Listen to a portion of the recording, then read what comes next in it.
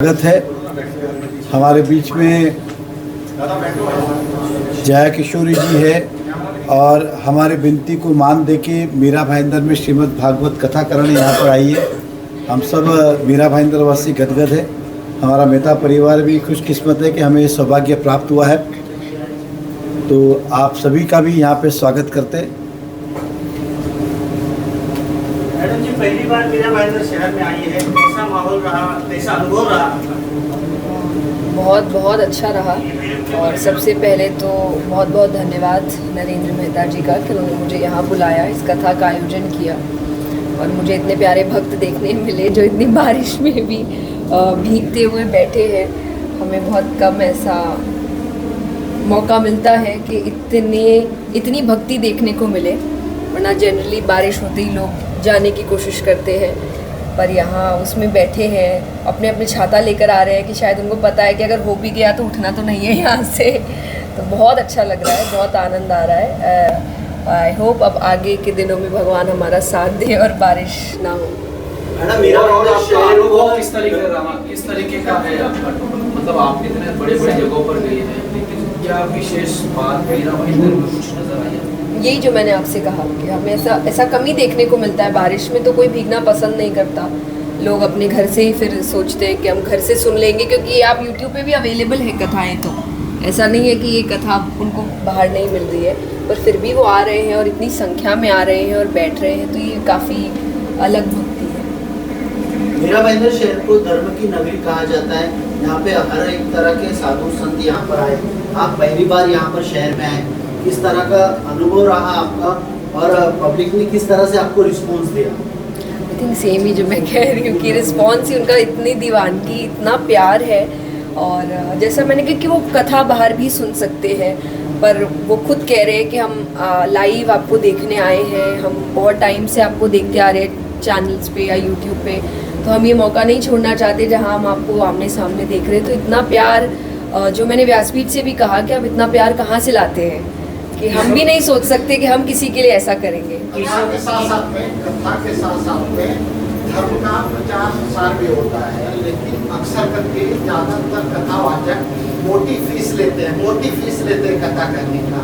तो ऐसा नहीं लगता है कि हर एक में अगर मेरी इच्छा है और मैं पैसे से मजबूत नहीं तो कथा नहीं कर, ये फीस कम होनी चाहिए या निःशुल्क में भी कथा होनी चाहिए?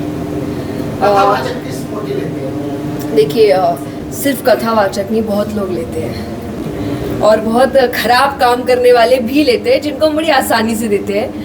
पर जो अच्छा काम कर रहे हैं, धर्म फैला रहे हैं, संस्कार फैला रहे हैं, उनके लिए पता नहीं हमारे माइंडसेट में ऐसा पता नहीं किसने भर दिया कि हम चाहते हैं जो मेरी ज़िंदगी सुधार रहा है वो कुटिया में ही रहे, वो एक टाइम का ही खाना खाए, वो एकदम साधारण सी ज़िंदगी जिए। मेरी ज़िंदगी भले ही सुधार दे पर खुद की ना सुधारे। तो ये मुझे अलग लगता है। अगर कोई मेहनत कर रहा है, कोई शिक्षा ग्रहण कर रहा है, कोई उसके पीछे काम कर रहा है, दिन रात एक कर रहा है, इतना ट्रैवल कर रहा है, और साथ ही साथ जिनके पीछे 20-25 लोगों की टीम, जो सिर्फ टीम नहीं है, एक्चुअली 20-25 परिवार है, वो चल रहे हैं, तो ये एक अच्छी बात है। ये एक मैसेज जा रहा है जहाँ आप सिखा रहे लोगों को कि अगर अच्छा काम करोगे तो भी सफल हो सकते हो। ज़रूरी नहीं है कि आप गलत और गिरा हुआ काम करके ही आपको धन या प्रसिद्धि मिले। किशोरी जी, एक आपका प्यारा सा भजन है, करते हैं सब कन्हैया, मेरा नाम हो रहा है, आपकी कृपा से मेरा सब काम हो रहा है। तो ये जो आपका प्यारा गीत है, आपको जो दुनिया में शोहरत मिली, क्या ये कान्हा के प्रति आपका कृतज्ञता है?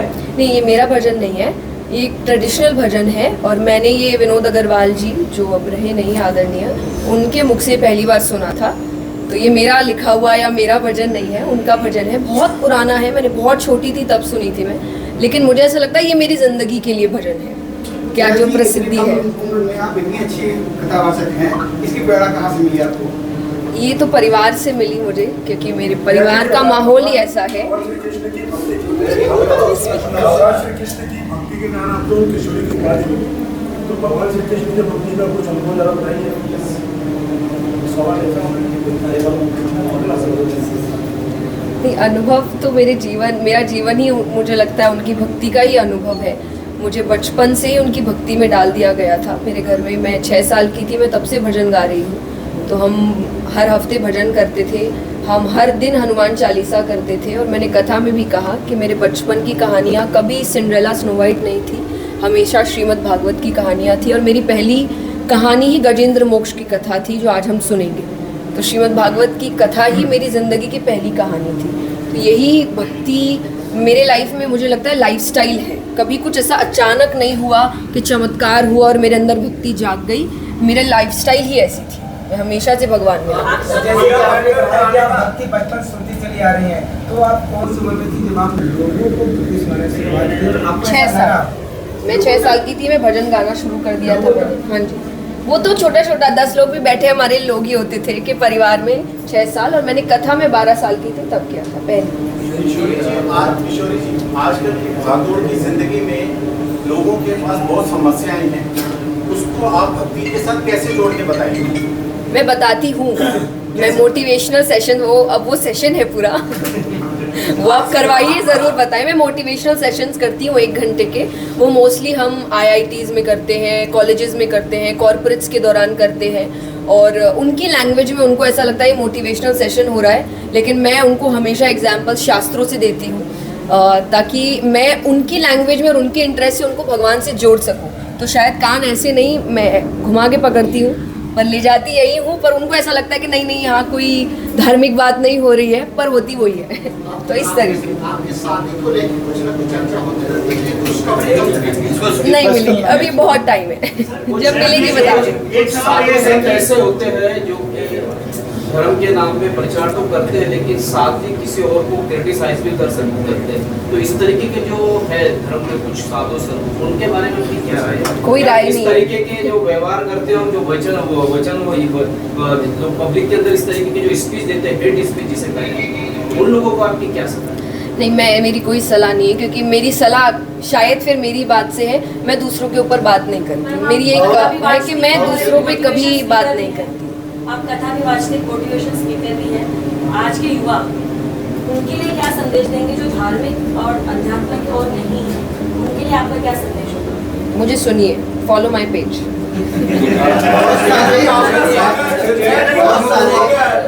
मैडम जी, आप देश विदेश में जाती है, वहाँ के आयोजन है और मेहता जी ने जो आयोजन किया है, कैसा अनुभव रहा इनके आयोजन में और वहाँ की कैसा?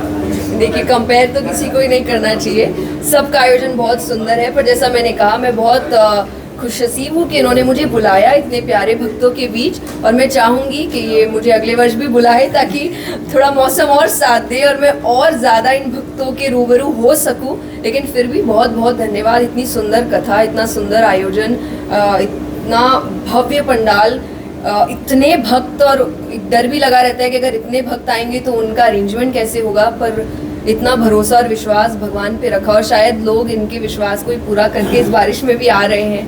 तो बहुत बहुत धन्यवाद अगेन मुझे बुलाने के लिए। मैडम, राष्ट्र संत हो, धर्म गुरु हो या कथावाचक हो, इनका काम होता है धर्म का प्रचार प्रसार करना। लेकिन आज के हम धर्म गुरुओं को देखते हैं कि वो किसी पर्टिकुलर राजनेताओं को लेकर वो अपना धर्म का प्रचार प्रसार करते हैं, उनको प्रमोट करते हैं। ऐसे धर्म गुरु को कैसा आप देखते हैं? मैं नहीं बोलती ना अंकल, सॉरी, मैं दूसरों के ऊपर बात नहीं करती, मेरा मंत्र है, मैं किसी के ऊपर बात नहीं करती। मैम, बहुत सारे धर्मशास्त्रियों का ऐसा कहना है कि कथावाचन या कर्मकांड हो महिला नहीं करना चाहिए, उस पर क्या कहना है? देखिए, अब मेरा कहना एक ही है, और मैंने कईयों से पूछा है, मुझे अभी तक जवाब नहीं मिला है। मैंने बड़े बड़े संस्थाओं में नाम गुप्त रख के मैसेज भेजा है कि आप बहुत शास्त्र आप लोग ने पढ़े, मैंने नहीं सारे पढ़े, मैं अग्री करती हूँ। प्लीज़ मुझे एक श्लोक बताइए जहाँ ये लिखा है स्पष्ट कि नहीं बैठना चाहिए, उसके बाद आगे बात करेंगे। मुझे मिला नहीं अभी तक। बहुत सारे जो बाबाज हैं वो जेल विजिट किए हैं, तो ऐसे रॉन्ग नंबर्स को हम लोग किस तरह आइडेंटिफाई कर सकते हैं? ओके ये हम कथा में भी कहते हैं कि देखिए, जब आप कोई भी संत है, गुरु है या कथाकार है, हम एक इंस्ट्रूमेंट है बस, आप हमें भगवान मत बनाइए। ये मुझे इस थोड़ी बात अटपटी लगती है जब हम उनकी तरफ जाते हैं। उनका काम है आपको भगवान से मिलाना, खुद से मिलाना नहीं। कि अगर आप मुझसे मिलने के बाद मेरा ही नाम जब शुरू कर देंगे तब तो फिर मैं ही गलत हूँ। मेरा काम है आपका कि आप भगवान की ओर बढ़ते जाएं, मैं सिर्फ एक इंस्ट्रूमेंट हूँ। आप मुझसे प्यार करते हो ठीक है, आप मेरी इज्जत करते अच्छी बात है, जो हम कईयों की करते हैं। कोई भी अगर अच्छा काम करे इज्जत करते, पर आप मुझे भगवान ही बना देते हैं तो वो आप मत बनाइए, क्योंकि वहीं पे रॉन्ग नंबर शुरू होता है। क्योंकि हम तो इंसान है, अगर आप इतना ऊपर बैठा देंगे तो किसी की बुद्धि भ्रष्ट हो जाती है, अरे बस अब हम ही सब कुछ है। जया जी, आपकी शिक्षा दीक्षा कहाँ तक हुई और कहाँ हुई, उस पर प्रकाश डालिए। कोलकाता हुई और मैंने ग्रेजुएशन बीकॉम तक कंप्लीट किया है। उसके बाद फिर मैं कथा में लगी। कथा के समय ही विधानसभा चुनाव, महाराष्ट्र विधानसभा की घोषणा हो गई है और नरेंद्र मेहता जी खुद चुनाव लड़ने की भी। अरे हमने पहले ही कहा था राजनीतिक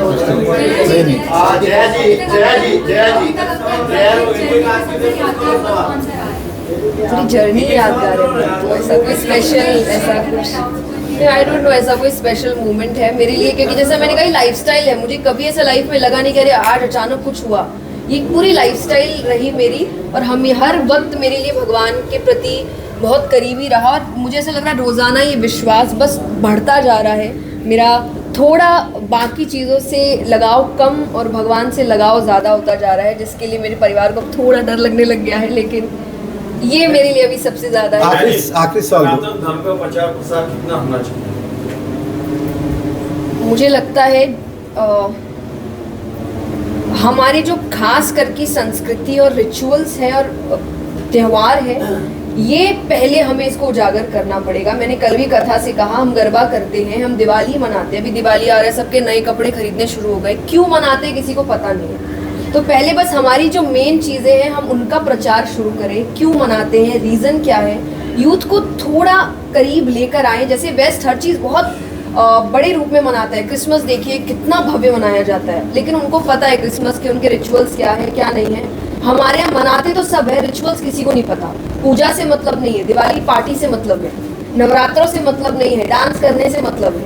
तो ये थोड़ा हटके आप जो त्यौहार है पहले उसका मतलब समझे। तो ये प्रचार शुरू हो पहले, बाकी का प्रचार जो संत इत्यादि है वो कर रहे हैं, पर घरों में ये प्रचार पहले ज्यादा होना चाहिए कि आपके रिचुअल्स है क्या।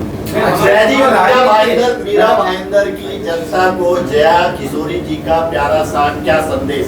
जो कथा नहीं सुनने आ रहे उन तक आप क्या मैसेज देंगे? मतलब या नहीं पहुंच नहीं पाए तो मैं कहूँगी आप अगली बार हम फिर आएंगे, कहीं आसपास आते रहेंगे, पर कथा तो आप ज़रूर सुनिए। और एक जो संदेश मैंने कल भी दिया कि आप अपने घरों में शास्त्र पढ़ना शुरू करिए, गीता जी से ही शुरुआत करिए, पर पढ़ना शुरू करिए। आजकल की जो राजनीति है वो बगैर धर्म और बगैर धर्म गुरुओं के आगे नहीं बढ़ पा रही है, तो आजकल की राजनीति को आप कैसा देखते हैं? मैं कहूँगी कोई भी चीज़ बिना धर्म के आगे नहीं बढ़ सकती। आप हर चीज में इनको लेकर आइए तो हर चीज अच्छी हो जाएगी। सोशल मीडिया पर ज्यादा है तो आपकी रील्स हमने कम देखी, बाकी जो साधु संत उनकी या जो कथावाचक उनकी रील्स ज्यादा देखी, तो क्या आप रील बने तो अरे बहुत मेरे इतने आप देखिए जाके सब फॉलोअर्स इतने अच्छे हैं। 12.3